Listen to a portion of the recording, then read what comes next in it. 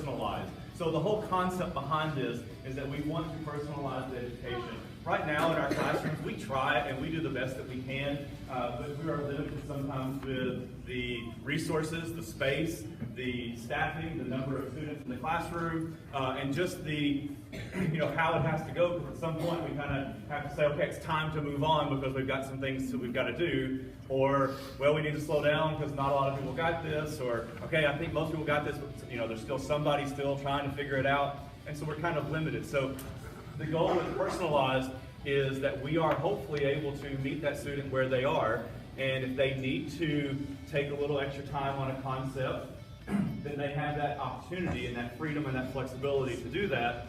And if they are ready to move on and go ahead and go to the next thing, they have that flexibility to do that as well.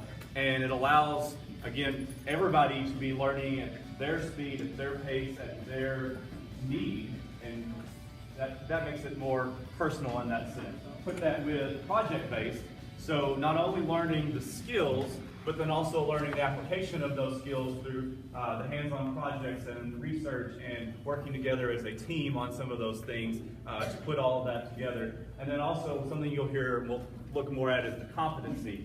Being able to show mastery of a skill in multiple different ways. Maybe they're working on a project that was a language arts science project, but in the middle of that, they had to learn some math to be able to complete the project. Then why can't we give them the credit for learning that skill of math that they did in that science project?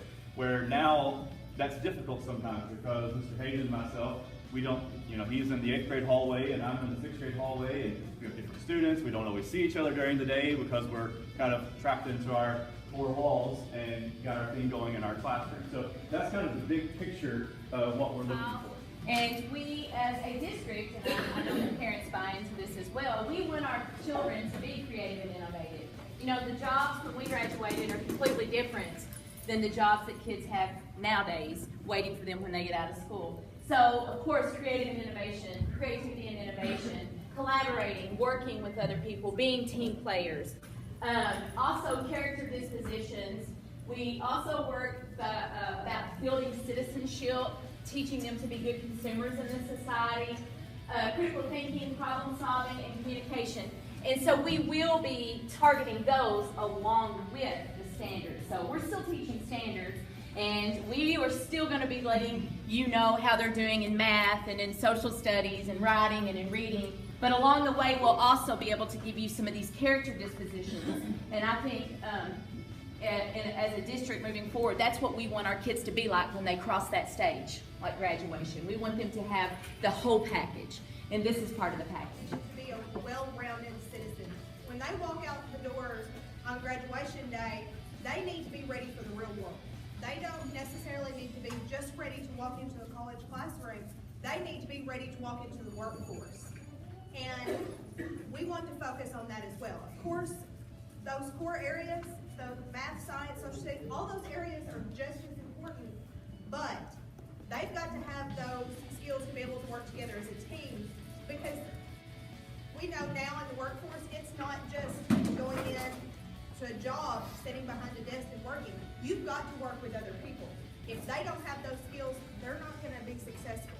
And we think by focusing on this graduate profile and working on those 21st century skills, they can become better citizens when they walk out those doors. We've talked about before, Ms. Solomon hiring teachers. Yes, she wants a teacher for math that knows math, but you've also got to be able to work together with an entire team and problem solve and think critically and be innovative and do all those other things as well. So those are the skills that are often that we look for. We are going to work on all the different skills like they talked about, but it will be in an environment that will look different than a regular classroom. We're going to have our own school within a school. Not that we'll be completely separated. They'll still go to their enrichment classes. They're still going to interact with the rest of the students. But they will be in a kind of a secluded wing of the school for their core classes. That's where they will learn differently than the regular classes. They will be on a track of their own speed. We're looking for not high kids, not low kids, not kids in the middle. We're looking for kids that want to learn something every day. That's what we expect out of them, is to come in and learn something every day, wherever they may be. Maybe they're at the low rung, maybe they're struggling with math. We'll get them that time to help them with math. Maybe they're doing really well in social studies. We're going to let them move past whatever grade level they're in social studies. We're going to let them work at their own speed, not only so that they can move ahead, but also so that they have time to work on whatever they need to work on. Now, the vehicle for that, and some of your kids probably told you about it, is they're going to have their own device. We're not sure if that will be a Chromebook or a regular laptop at this point, but they will have their own device where they will have some freedom to work on whatever they need to work on. It'll be the driving vehicle for it. It will not be, though, here's your computer, go sit in the corner and do all your work. They will still have lessons. They will still have what we're calling seminars from us core teachers. And then part of the day, yes, they will be working on their computer, doing their own thing, but we plan to be there for when they get stuck, for when they need help with something. We will be there to sit down and work with them in small groups. Instead of trying to teach 30 kids all the same thing at the exact same time, we'll be available to sit down with 2 or 3 of them, or even just one if that's what's necessary. If a kid is struggling with multiplying and dividing fractions, one of us is going to sit down with your student and help them with multiplying or dividing fractions, instead of them saying, well, you'll just have to get it in the lesson, or we already covered that, and you'll have to come to tutoring after school. They'll have it available to them right then and there. It gives a little bit of flexibility of choice as they're going through that, and that's part of where we look at, who would benefit and the type of student who might do well in this type of setting. And it does have to have some kind of motivation behind that, some kind of self-drive to want to learn and want to pursue and do. Even if they're struggling, there's a lot of students who want to learn who are struggling, who know to go, I don't know how to do this, can you help me? And yeah, we're right there ready to help. And there's some who say, I'm good, you can leave me alone right now and I'll yell at you when I need you. And they're ready to move forward. It gives them a little bit of freedom to say, you know what, I really feel like today I need to spend a little extra more time on my science because I really got behind on that and I need to figure out what's going on. And I'm already ahead in social studies, so that gives them a little bit of some choice and freedom. But with that comes the opportunity to make choices. And that can be good or bad choices. So we hope that that's where learning that time management and self-pacing and self-motivation to be able to do that is important in this type of vehicle to be able to learn this way. And that's what we're going to hopefully teach them, but also it needs to be a part of that self-motivation to want to learn. Just to add off of that, it does take student motivation, but also if that student requires accommodations and modifications, all of that will also be provided also. So any student really is capable. Yeah. So I have kids in class that some of us are already using some of these just things in our classroom to try to see how it would work, what it would look like in the middle classroom, in the middle school setting. And I can assure you, I have kids that are all the way from kids with special needs all the way up to gifted and talented kids who are being successful using some of this, some of the strategies that we'll be using in this program. So I have seen it work all over the spectrum. It's about pacing. And that's what I like about it, because in a classroom of 30, 31 kids, I can't always, we have almost 180 in a day. Think about that. So by the time the end of the day, I'm like, oh, I wanted to talk to this person and this person and this person, but in this setting, we'll have mentor groups. And so we'll have kind of every week our thumb with your child. Being able to talk to them, mentor them, help them set goals, teach them about goal setting, which are those valuable lessons that I know all parents want their children to have. Because the difference will be between MC Explore and the traditional. In MC Explore, I'll be working hard to build independent reading with your child. So we will read a lot. And so some of the myths I've heard out there is like, there'll be no more reading. Oh yeah, we're reading. We will be reading. I like this setup because I'll be able to conference with children and I'll be able to talk to them on what they like to read and help them select the just right text and talk to them about their progress with that text and teach them how to do proper literary analysis writing and teach them how to pick a text that is within their spectrum or to help them to grow. And so yes, we are reading. No, we won't be doing accelerated reader with this, but rest assured, I like every 2 weeks a new book. So just so you know, if they sign up for this, if your child signs up, we're going to be reading, okay? It'll just be a little different than maybe what you're used to. How this is different than a traditional classroom. Please don't think that we're saying a traditional classroom is a bad thing. This is another tool in and our toolbox. Because we all went through a traditional classroom, and I feel like we're pretty successful adults. I mean, I have 2 children. One, I feel like would have excelled in this. The other one, I may have to look into it a little more. But everybody's learning different.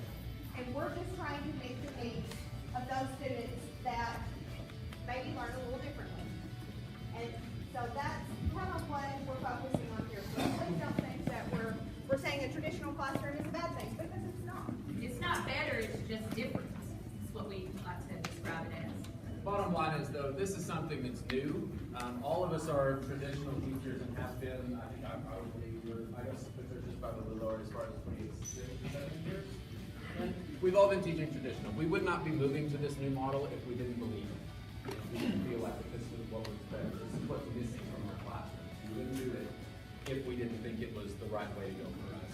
So traditional versus explore. We've done the traditional. We all feel very passionate that this is the new way. This is the next thing. And this is where a lot of the things that we wish we could do in our traditional classroom, this is going to allow us to do those things.